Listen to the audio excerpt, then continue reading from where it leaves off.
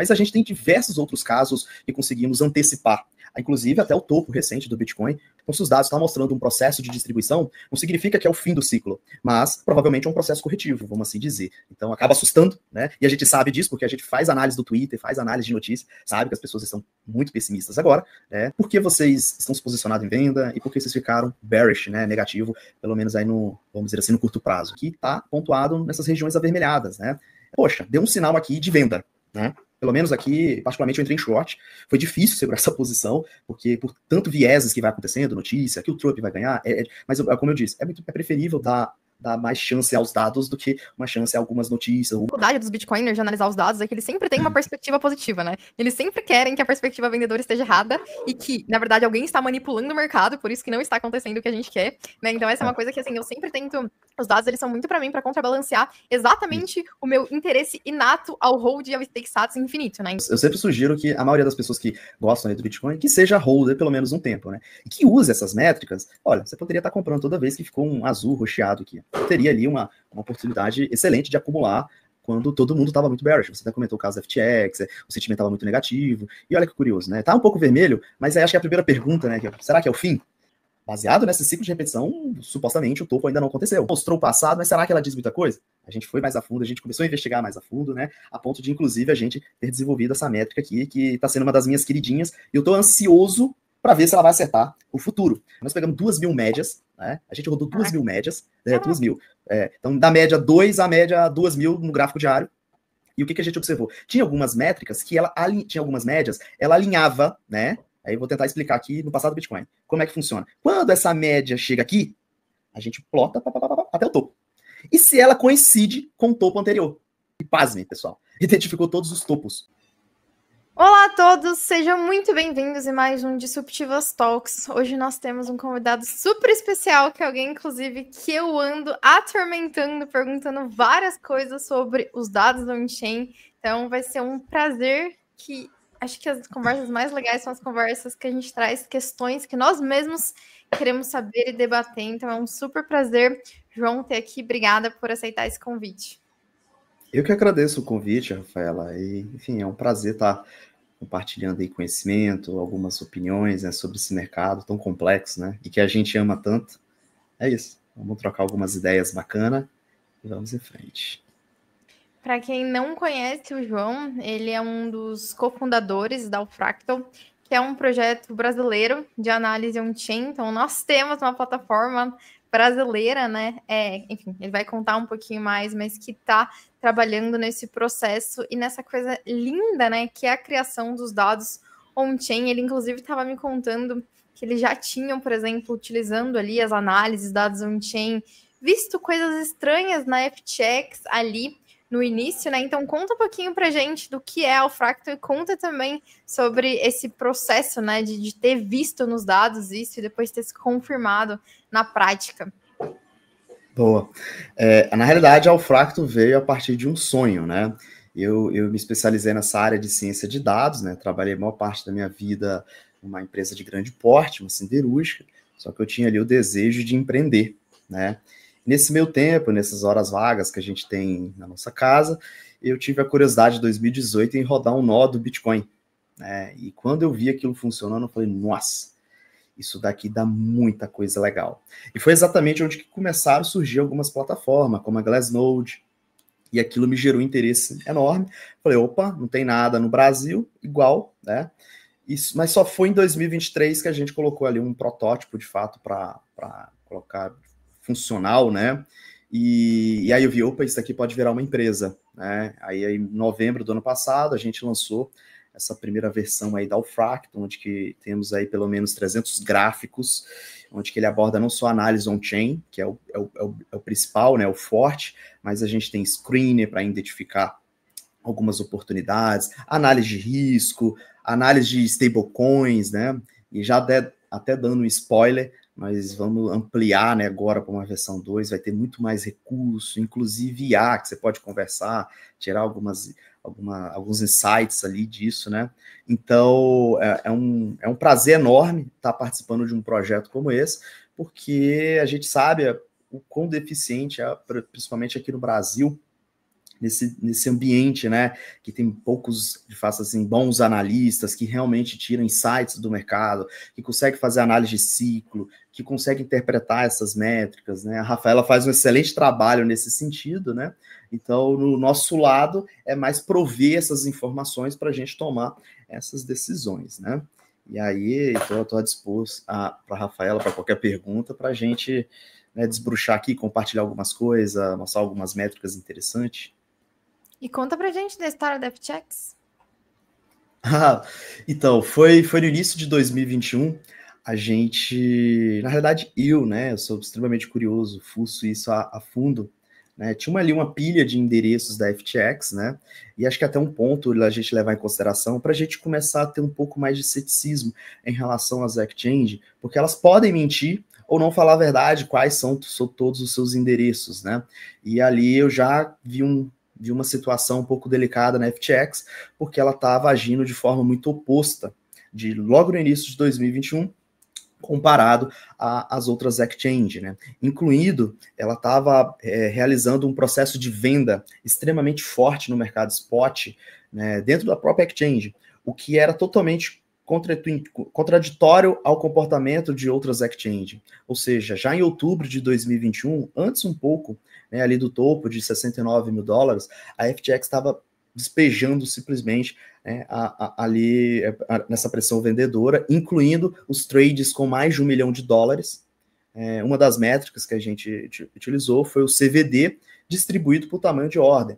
Então, as ordens pequenas estava tudo certo, mas as grandes ordens não. Era um processo de venda extremamente forte e, enfim, logo depois, logo no final ali de 2022, veio a notícia, né, da FTX. Então foi um prazer compartilhar isso com a comunidade, avisá-lo a tempo, né? Então foi um caso aí que a gente utilizou não só análise on-chain, mercado derivativo, análise de fluxo de ordem, para tomar uma decisão um pouco mais fundamentada em relação, né, a de fato ali a integridade da exchange, né? Mas a gente tem diversos outros casos que conseguimos antecipar, inclusive até o topo recente do Bitcoin foi uma prática das nossas análises, porque nós sempre tomando as decisões baseadas nos dados. Então, se os dados estão mostrando um processo de distribuição, não significa que é o fim do ciclo, mas provavelmente é um processo corretivo. E é exatamente o que eu acredito que nós estamos vivendo agora, um processo de correção, né? Porque os ciclos, né, ele tem ali algo em torno de 4 anos, isso tem se sustentado, principalmente desde 2015 para cá, né? Então, baseado nisso, a gente consegue criar algumas estimativas. E é muito comum o mercado ter essas correções em um processo maior, né, mais longevo, vamos assim dizer. Então, acaba assustando, né? E a gente sabe disso porque a gente faz análise do Twitter, faz análise de notícia, sabe que as pessoas estão muito pessimistas agora, né? E normalmente quando as pessoas ficam muito pessimistas, o mercado tende contra essa tendência. Então, a métrica que a gente pode tá compartilhando aqui também. Legal, acho que esse é um aspecto e uma curiosidade até que talvez você até possa embutir dentro disso, né? Que é uma questão muito curiosa, porque realmente o sentimento do mercado nesse momento, ele está muito ruim. Mas ele está tão ruim quanto poucas vezes esteve, e está tão ruim, principalmente quanto em momentos de capitulação final, né? Não parece que seja esse momento, né? É quase como se a gente tivesse entrado, vivido todo o bear market, estivesse nos últimos momentos do bear market, passando pelas últimas capitulações, né? Em termos de sentimento do mercado, é esse momento, mas pelo menos intuitivamente, a gente não sente que seria, né, que a gente não tá na capitulação do bear market nesse momento. Mas aí acho que é legal se você puder mostrar alguns dados, assim. Então, talvez, até se você quisesse começar mostrando quais foram os indicadores que vocês usaram para apontar o topo, talvez possa ser legal que a gente pode fazer essa tá bom. Enfim, essa análise acho que pode ser legal se quiser mostrar outros também. Aí, enfim, é contigo. Mostra aí pra gente como é que faz. Um deles que particularmente eu gosto muito, ele está até na parte de capitalização. Não sei se você já está compartilhando a minha tela. Tô. Tá, show. Que é o On-Chain Cap Flow Sentiment Index. Antes, gente, essa é a plataforma, tá? Só pra gente, né? Essa aqui é a plataforma que eles desenvolveram para todo mundo conhecer. Nós temos categoria no mercado derivativo, né? Então tem liquidation levels que as pessoas gostam muito, mas o nosso tem algumas coisas diferentes. Tem aqui na parte on-chain, na parte de mercado, incluindo, a gente vai estar trabalhando muito nessa questão de macroeconomia, e tem muita novidade chegando, né? Tem muito trabalho nos bastidores. Mas aí, voltando na pergunta, por que vocês estão se posicionando em venda e por que vocês ficaram bearish, né? Negativo, pelo menos aí no, vamos dizer assim, no curto prazo? Pelo menos aqui do nosso lado, a gente gosta de tomar decisões baseado no que os dados estão mostrando. E nada mais interessante do que a gente se basear no sentimento do que realmente está acontecendo na blockchain. Então, na blockchain tem transações de envio, de recebimento, na blockchain a gente consegue metrificar não só a quantidade de endereços que estão movendo, a gente consegue separar isso para os maiores endereços, os menores endereços, ou seja, nós conseguimos pegar esses dados, né, que são transacionados em tempo real na blockchain, e criar valor em cima daquilo, né? E é daí que surgiu a análise on-chain. E hoje existem, sim, uma pilha de métricas. Algumas métricas, elas são mais sentimental, vai simplesmente mostrar oferta e demanda que está acontecendo, né? Vai mostrar mais questões de quanto que as pessoas estão gastando de taxa, mas tem como, a partir disso tudo, criar métricas interessantes, né? Esse daqui é um que nós nomeamos ele de On-Chain Capital Flow Sentiment Index. Esse é um índice de sentimento da blockchain, né? Ou seja, quando muito interesse está tendo, né, de mover Bitcoin, principalmente Bitcoins mais antigos, ele gera um peso consideravelmente maior. Porque o que a gente observou ao longo do tempo? Quando os investidores de longo prazo, principalmente, a gente costuma dizer, os dinossauros, né, os que estão no mercado desde 2000, as baleias, né, as baleias desde 2013, desde 2014, costumo dizer que elas que mandam na parada. E normalmente quando elas passam um processo de distribuição, que é esse processo aqui que está pontuado nessas regiões avermelhadas, né? Essas regiões avermelhadas aqui. Esse índice, ele fica lá em cima, né? Mas a gente não baseia apenas na movimentação dos endereços mais antigos. A gente baseia também na capitalização realizada, né? A variação dela. É importante ressaltar que uma coisa é você olhar a métrica ao longo do tempo, outra coisa é você criar osciladores em cima daquela métrica. Um exemplo, eu posso pegar o preço, colocar o RSI, posso colocar o MACD, posso colocar diversas métricas. E a gente pode fazer isso da mesma forma para outras métricas, né? Por exemplo, com a análise on-chain. Imagina que você tem ali toda a movimentação acontecendo ao longo dos dias, né? Você pode colocar um RSI naquela métrica, você vai gerar um insight, né? Então a gente condensou algumas métricas técnicas muito interessantes, né? O comportamento desse investidor de longo prazo e a variação, se não me falha a memória, a gente pode ver aqui embaixo, de 90 dias da realização capitalizada. E olha que interessante, ele foi muito bom para identificar picos, né, realmente de exaustão, baseado ali no sentimento on-chain, né? Esses picos de exaustão, eles geraram, por exemplo, aqui em 2017, momentos que, opa, aqui é mais interessante, você está realizando uma venda parcial e aproveitando uma queda para recomprar um pouco mais barato. Então, às vezes, passa vários dias e o preço continua subindo, né? Isso é totalmente comum no mercado. Mas olha que curioso, nós tivemos 2 casos aqui a gente teve 3 casos, aqui 2 casos, e a gente teve um caso aqui que foi, né, ali em abril de 2024 e no final de 2024. E é um ponto interessante, nós precisamos dar muita atenção a alguns meses para o Bitcoin, que são meses extremamente importantes. É o mês de abril, ele tem um peso, o mês de novembro, o mês de dezembro, são meses que, historicamente, ou eles formaram topo, ou eles formaram uma grande reversão, e, curiosamente, as baleias parecem seguir ainda, né, esse comportamento, esse sentimento, né? Então, ele deu esses sinais de processo de distribuição, ou seja, algumas baleias se desfazeram, né? Mas, João, o ETF acumulou, tudo bem, está acumulando. Mas se a gente olhar toda a blockchain, no geral, as baleias, né, vamos supor assim, vamos comparar o ETF com todas as baleias que existem, às vezes as baleias estavam ganhando, né? Então é muito importante trazer esse viés de dados, não olhar apenas uma única ou 2 entidades, mas sim olhar o contexto como um todo. Essas métricas se baseiam no contexto como um todo.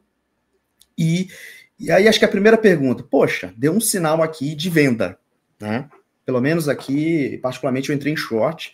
Foi difícil segurar essa posição, porque por tanto vieses que vai acontecendo, notícia, que o Trump vai ganhar, mas como eu disse, é preferível dar mais chance aos dados do que uma chance a algumas notícias, algumas especulações que acontecem, né? E que bom principalmente que deu para quem não certo. gosta, né?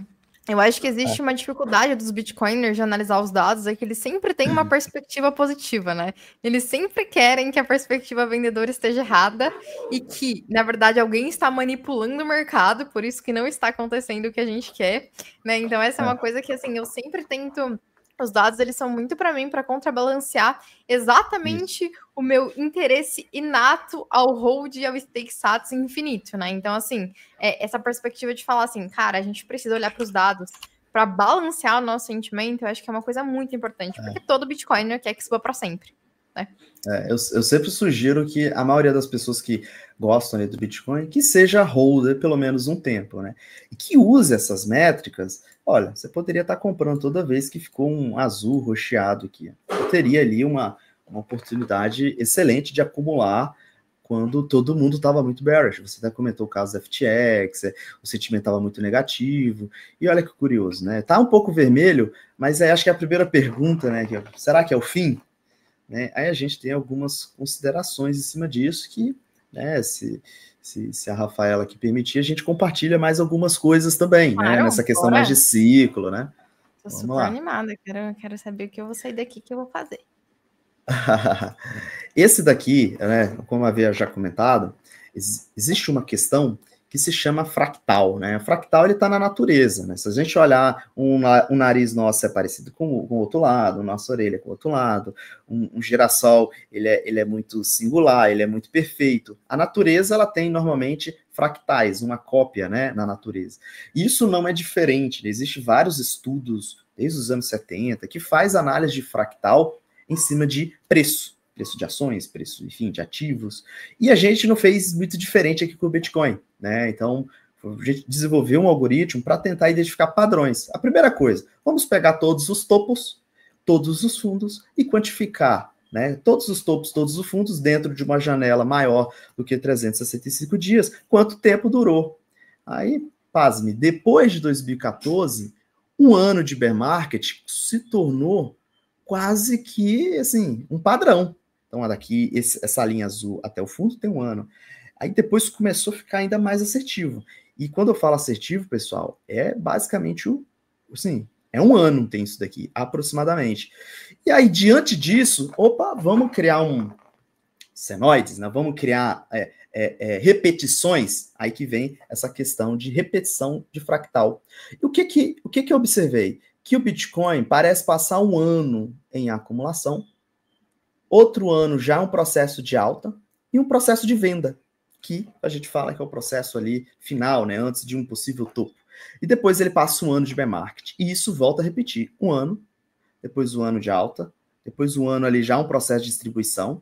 E o processo de distribuição, é importante reforçar que ele dura ali um ano, mais ou menos. Né? E se a gente fazer essa consideração e replicar para frente, né, a gente fala aqui que o topo, seguindo essa repetição, está ali em dia 12 a dia 16 de outubro de 2025.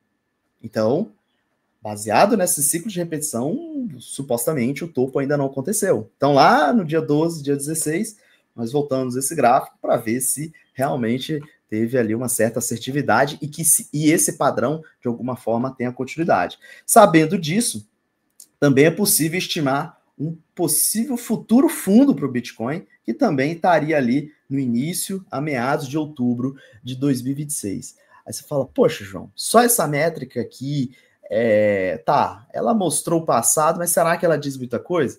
A gente foi mais a fundo, a gente começou a investigar mais a fundo, né? A ponto de, inclusive, a gente ter desenvolvido essa métrica aqui, que está sendo uma das minhas queridinhas, e eu estou ansioso para ver se ela vai acertar o futuro. Mas vamos lá, nós pegamos, sem brincadeira nenhuma, nós pegamos 2.000 médias, né? A gente rodou 2.000 médias, 2.000. Então, da média 2 à média 2.000 no gráfico diário. E o que a gente observou? Tinha algumas métricas que tinha algumas médias, ela alinhava, né? Aí eu vou tentar explicar aqui no passado do Bitcoin. Como é que funciona? Quando essa média chega aqui, a gente plota até o topo. e se ela coincide com o topo anterior.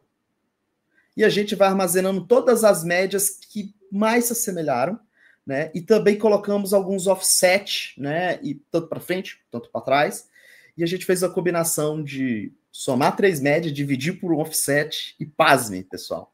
Identificou todos os topos. Então, essa média personalizada, quando ela está subindo aqui, ó, e quando o dia bate com o topo anterior, ele acerta exatamente o topo. E a mesma coisa... Que loucura.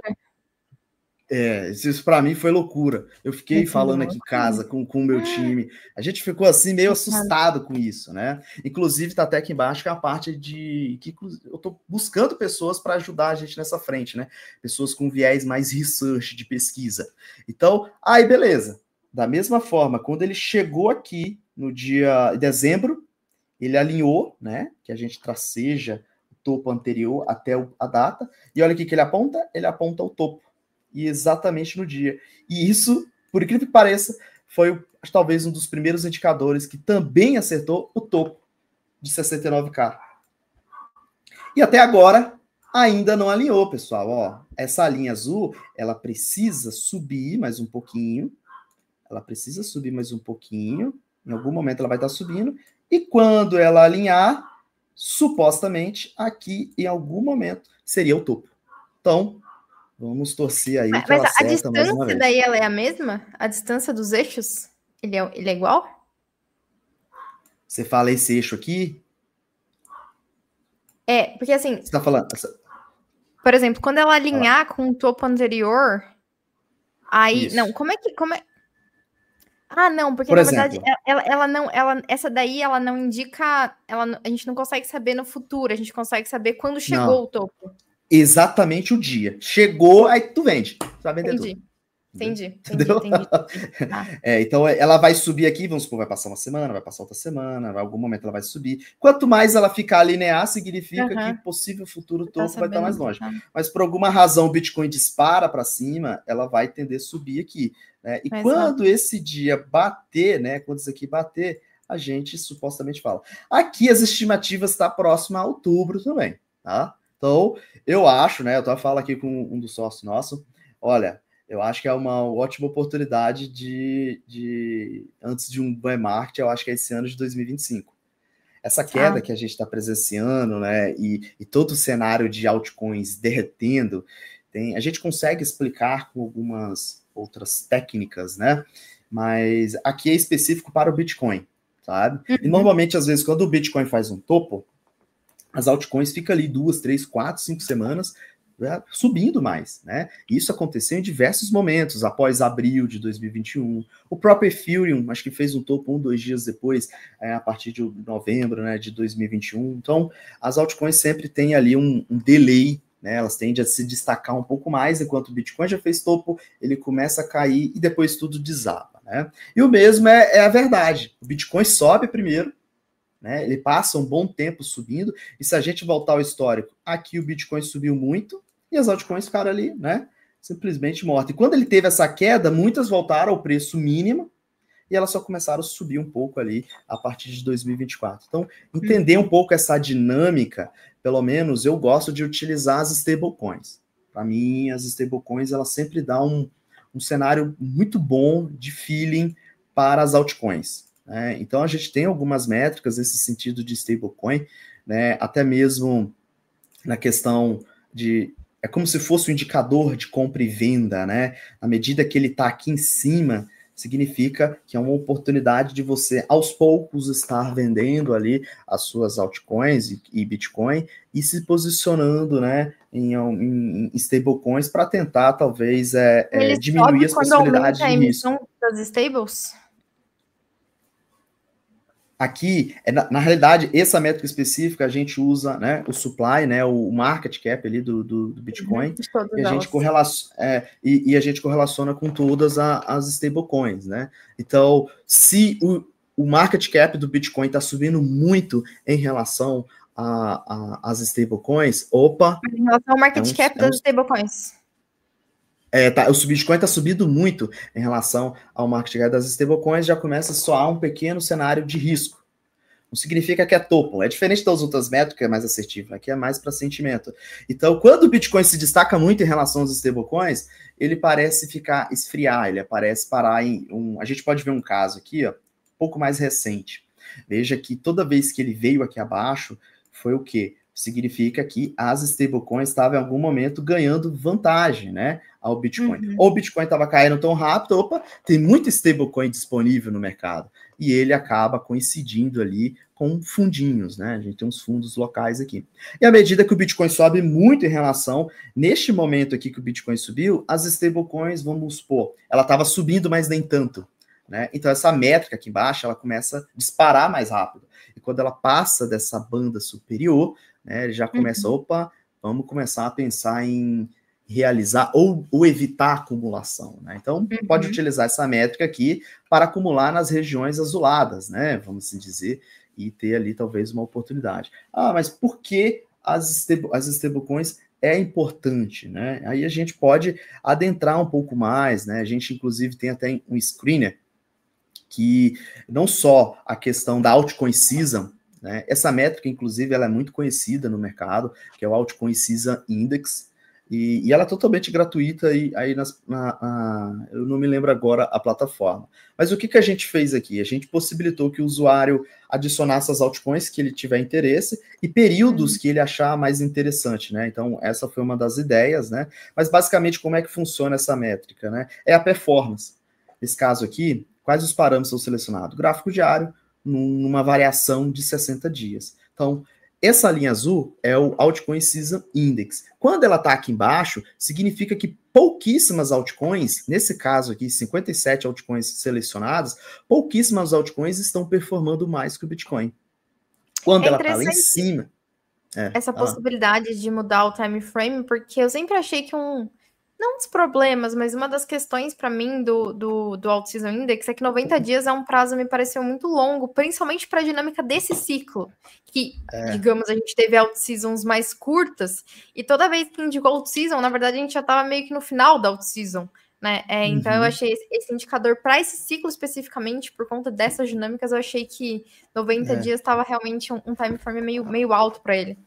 Até porque aconteceu pequenas altcoin seasons ao longo desse ciclo, né? Aí, a gente viu Solana, pessoal, Solana subiu mais de 3.000%.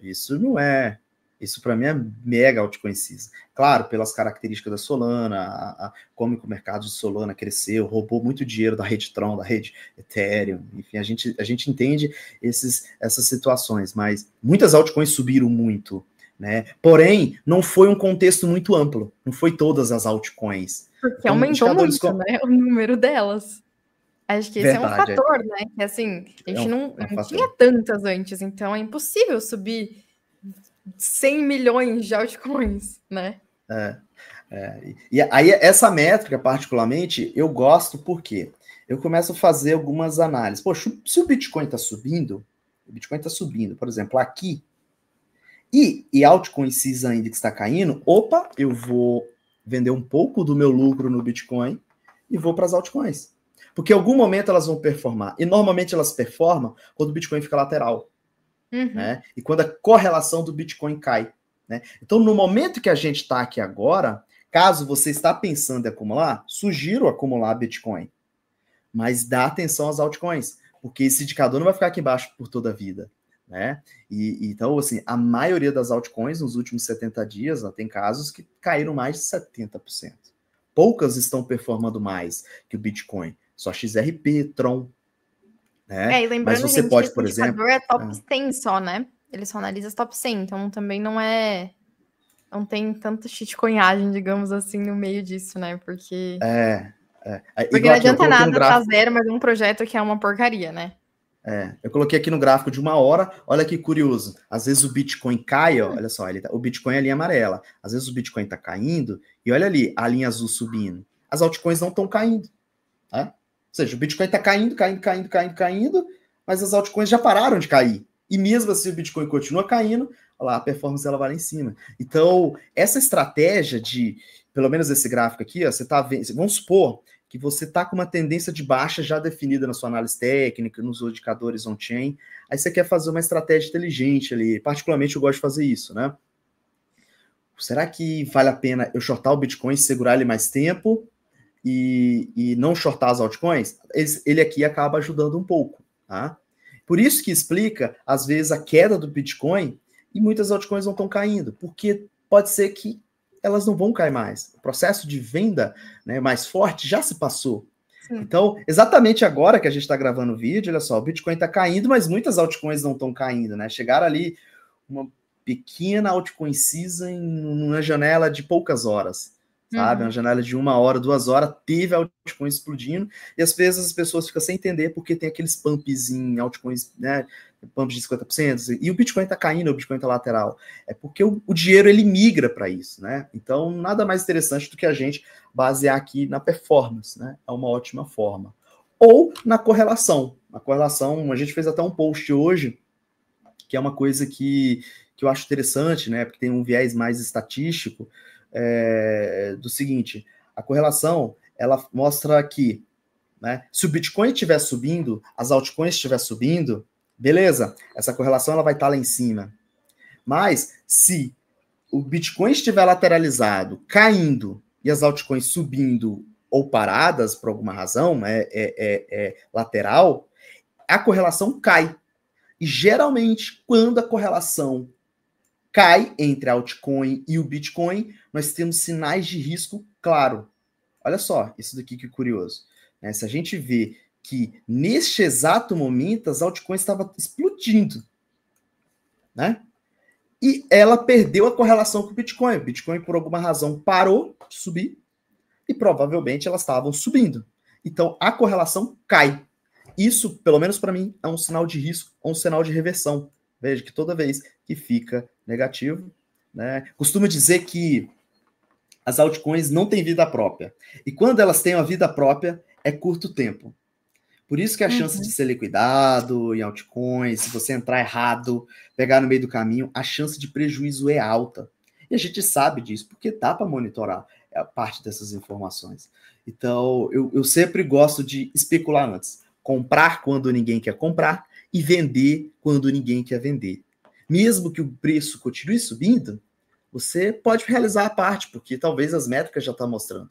Isso, para mim, soa muito mais eficiente do que ficar só comprando, com vieses, né? Tudo bem que o Bitcoin, a gente sabe que ele sobe ao longo dos ciclos, né? Mas a gente consegue otimizar as estratégias. Poxa, se esse indicador é assertivo, ele se mostrou assertivo ao longo do tempo, e tem uma oportunidade de eu vender, sei lá, 30%, 40%, e conseguir acumular mais daqui 1, 2 semanas, eu acho válido, né? E aí não necessariamente vender tudo, sabe? Uma estratégia para você acumular mais sem gastar R$1, vamos assim dizer.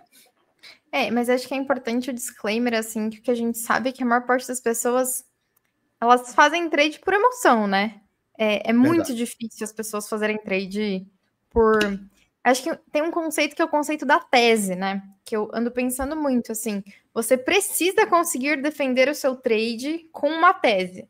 E a sua tese pode ser, porque o Correlation Bitmap atingiu determinado fator. Porque o RSI está abaixo de não sei o quê. Porque... nananã. E aí você precisa ter também, muitas vezes, uma contratese, que é onde você define que você errou na sua tese, né? E a partir desse momento tomar as suas decisões. Mas o que a gente sabe é que a maior parte das pessoas não fazem isso, né? Então, até no Twitter, assim, recentemente, eu tinha feito qualquer post, uma pessoa tinha falado assim, nossa, tô me lascando, porque tinha aberto um long em 89. E foi, tipo, sei lá, essa semana, assim. E assim, tipo, 89 tava uma super resistência, digamos assim, né? E aí eu fiquei pensando, mas o que te levou, assim, qual foi a ideia que você teve, né? Qual foi a sua tese para esse long? Não, tava subindo, tava todo mundo animado. E eu acho que esse que é o problema, né? As pessoas, elas não têm um porquê. Normalmente o porquê é porque tá subindo ou porque tá caindo. Mas não é isso, gente. Quando a gente, né, o processo, né, de elaboração de teses para os seus posicionamentos, ele precisa perpassar realmente uma compreensão das dinâmicas e um porquê você está fazendo aquilo, né? Caso contrário, assim, para muitas pessoas a melhor oportunidade é hold, né? O que não significa que não estão muitas pessoas ganhando dinheiro de outra forma, mas é que é importante que as pessoas lembrem que isso daqui não é cassino. Isso aqui, tipo, requer um rigor, requer uma psicologia também muito forte, né? É um disclaimer que eu acho que é importante, porque as pessoas me É, mandam coisas absurdas. E eu você- acho que nesse ciclo esse é um caso, porque o Bitcoin ainda, tipo, ainda tá com uma performance de 400%, e a maior parte das pessoas estão amargurando em prejuízos desesperado. absurdos, né? E tu fica assim, cara, o Bitcoin ainda está 400%. Como é que tu perdeu a tua vida? Né? Né? Eu sei como é que Requer é. até, tem que se esforçar até, né? Então, Você tocou num ponto muito, muito bom, né? Que é essa questão do sentimento, porque realmente é o que faz a maioria das pessoas perderem dinheiro, né? E a gente consegue, por exemplo, explicar isso, né? E você gosta também de métricas de análise on-chain. Essa daqui, que é a Short Term Hold Realized Price, ele mede ali o preço médio do investidor de curto prazo. Então, nós conseguimos ter uma ideia se futuros tweets serão negativos ou se as pessoas terão assim muito negativa, exatamente por causa dessa métrica, né? Porque como é que ela mensura ali o preço médio? A gente sabe que a maioria dos investidores estão comprando tem pouco tempo, né? Estão entrando agora, principalmente a euforia do mercado. Então, uma coisa que eu fiz até uma análise já tem uns 2, 3 meses pessoal, o realized price dos investidores de curto prazo está muito alto. Então, se o Bitcoin por alguma razão perder, nossa, a gente vai ter um fator negativo no mercado, mesmo que o Bitcoin, igual você comentou, esteja 400, 500%. Por quê? As pessoas compraram tarde demais. As pessoas, né, foi com muita sede ao pote muito tarde. E a gente consegue perceber isso. O Bitcoin está começando a subir, está lateralizado. As pessoas já falando como que compra Bitcoin, como que faz aquilo, né? E a gente consegue consolidar essa análise on-chain, não só aqui com o Liquidation Levels, que a gente pode estar abordando, né? Mas um gráfico, que particularmente eu gosto muito, que é o sentimento do Twitter, né? Do X e das notícias. É um gráfico que, assim, é um algoritmo, na realidade são 3 algoritmos, que pega muitos tweets e analisa o texto. E ele quantifica ali o sentimento. Se ele é um sentimento mais negativo, se ele é um sentimento, né, mais positivo, né, mais bullish. E, pessoal, é incrível como que o sentimento da manada das pessoas, elas mostram que elas estão no caminho errado. Olha só, o Bitcoin tinha caído aqui, formou fundo porque o sentimento estava muito negativo. E às vezes o sentimento está muito negativo, e olha só que interessante, toda vez que ele está negativo, o mercado tende a fazer, né, fundos locais. Ele fica negativo, ele faz fundo local. Olha que o tanto de sentimento negativo. Eu lembro que muitas pessoas estavam falando que aqui já era o fim do Bitcoin, olha só, o Bitcoin estava formando uma base de reacumulação, ele foi embora. E olha o que está acontecendo agora. Muito sinal de negatividade nas redes sociais. Então, provavelmente, em algum momento aqui, o Bitcoin pode vir se consolidar e depois ir embora.